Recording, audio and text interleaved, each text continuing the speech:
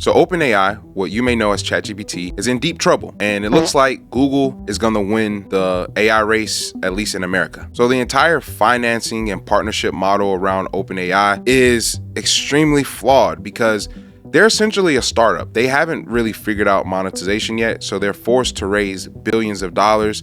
They've made all these different partnerships, and they've committed to spending so much money, and we don't know where that money's going to come from. But if you look at Google, for an example, they're already an established company. They already have revenue figured out. So this whole AI stuff is just a wing of theirs. But not only that, there are reports saying that they're sitting on anywhere between 100 to 150 billion dollars in cash reserves. So they're in a position to be able to invest heavily into this, and they haven't had to raise any outside funding for their AI initiatives. So I want to read you a quote from this article I read in the New York Times from two authors, Jacqueline Gu and Kate Metz. And they said, many of the deals OpenAI has struck with chip makers, cloud computing companies, and others are strangely circular. OpenAI receives billions from tech companies before sending those billions back to the same companies to pay for computing power and other services. Industry experts and financial analysts have welcomed the startup's creativity, but these unorthodox arrangements have also fueled concerns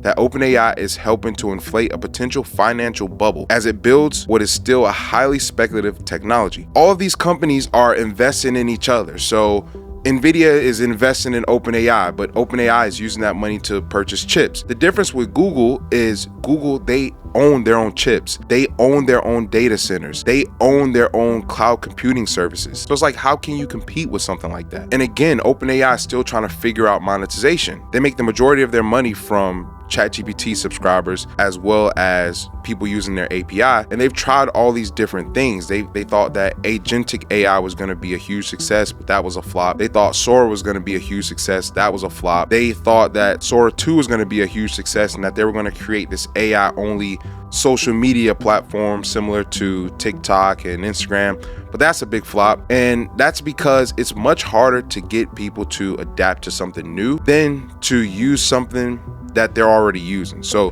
Google is already deeply embedded into our life. Google Search, Google Maps, YouTube, Gmail. And so it's going to be much easier to get people to adopt different things inside of their ecosystem in comparison to OpenAI. I would love to know your thoughts on this. Maybe there's something that I'm missing.